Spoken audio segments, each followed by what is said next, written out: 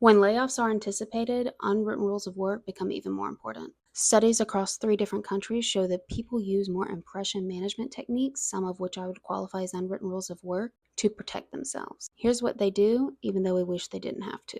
I'm Dr. Anna Kalschmidt. I research the unwritten rules of work for people from working class backgrounds, as well as how it intersects with neurodivergence, race, and gender identities. Research from Japan, Korea, and the United States reveals that employees use impression management techniques more when they anticipate layoffs are coming. Impression management techniques are techniques we do to try to influence how others perceive us. One of these is code switching. That's a more popular term that people know. There are 3 main groups of impression management techniques, and I'm learning a lot about these as I write my book on unwritten rules of work. 1, there's self-promotion, where you highlight your achievement and abilities. 2, there's ingratiation, which is basically when you're sucking up with compliments and favor. And exemplification is going above and beyond in your job duties, more than what's expected. The research found that Korean employees used impression management techniques most frequently, Japanese the least, and Americans in the middle. But it's interesting because which techniques they use also differ. In cultures that admit to more hierarchy, and I'm saying admit because we still have it in the US, employees were more likely to switch into impression management if they were talking to someone above them rather than a peer,